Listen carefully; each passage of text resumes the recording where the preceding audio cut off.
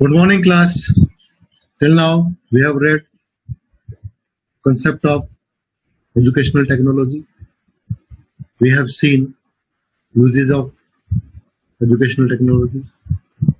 Now, we are going to have an idea regarding overhead projector, still and movie projectors.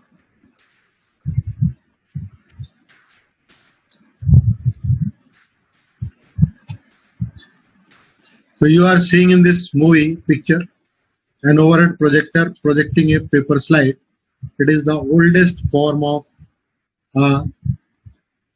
overhead projector, but manufactured latestly, because this is one of the overhead projector used in education system from last more than 100 years or more than that. In this projection system, this is light. It uses light to project an enlarged image on a screen. In the overhead projector, the source of the image is a paper-sized sheet of transparent plastic film, also known as foils, with the image to be projected, either printed or handwritten, oblique drawn. These are placed on the glass surface of the projector, which has a light source below it and a projecting mirror and lens assembly above it. Hence, it is called overhead projector. They were widely used in education till the invention of computerized projectors. So, in an overhead projector, a focusing lens projects light from an illuminated slide onto a projection screen where a real image is formed.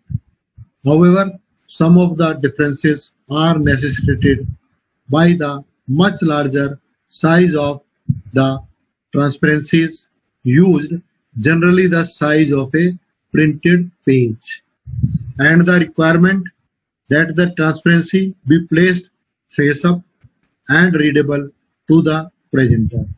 For the latter purpose, the projector includes a mirror just before or after the focusing lens to fold the optical system toward the horizontal. That mirror also accomplishes a reversal of the image in order that the image projected onto the screen corresponds to that of the slide as seen by the projector, looking down at it, rather than a mirror image thereof. Therefore, the transparency is placed face up towards the mirror and focusing lens. Here you can see another form of projector, that is a magic lantern, invented by a scientist, a physics expert, a mathematician, Christian Huygens. And in this, there is slide projections are there. Small slides was made and that has been projected through the eye. A continuous slide lantern was patented in 1888, near about 140 years from now. It included a dissolving views apparatus. What do you understand by dissolving views apparatus? That is that on one screen there is another screen, and while you are looking on one screen, the another screen will dissolve. So that is called dissolving views apparatus. It was having with it. Then, what are the components of a slide projector?